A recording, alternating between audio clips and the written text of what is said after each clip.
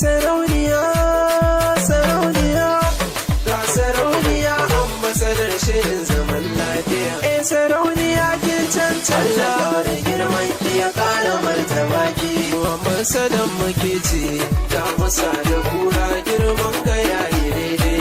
Da ke muke ta tinkaho ko ina da rani, da ke muke ta kuri a ko ina da sanyi, da ke muke ta kuri a ko ina da zafi, da ke muke ta kuri a ko ina da sanyin safi. Ambasada Hajiya na da ba fi ki gata ba, ba a fi ki komai ba, ba a fi ki jin kaiwa, ba a fi ki biyayya a gurin iyayewa, ba a fi ki jin kaiwa a gurin marayuwa. Makiya ku jawa uwar ki ta taso kin buwaye ɗan karya, maliya kina da ruwa teku baya ganganci. Sarauniya ta da farma ambasada Hajiya na ba kamar kewa, murmushin ta daidai kin buwaye kin girma jarumar mu ɗar gata. Lokaci ya nuna mana gashi dai ana ta naɗe, gashi dai ana ta naɗe, jama'ar gari sun zo, ga sarauniya ta zo,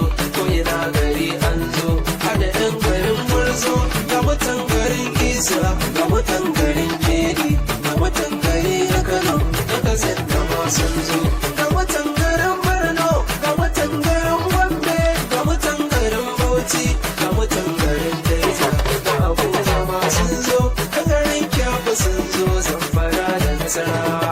Ina hange fararen fata ana ta larabci, wasu na ta turanci, wasu na ta cananci, wasu na sifananci, wasu na faransanci, wasu na ta buzanci, wasu na fulatanci, kuma na ta hausanci. Daga masarautar Hausawa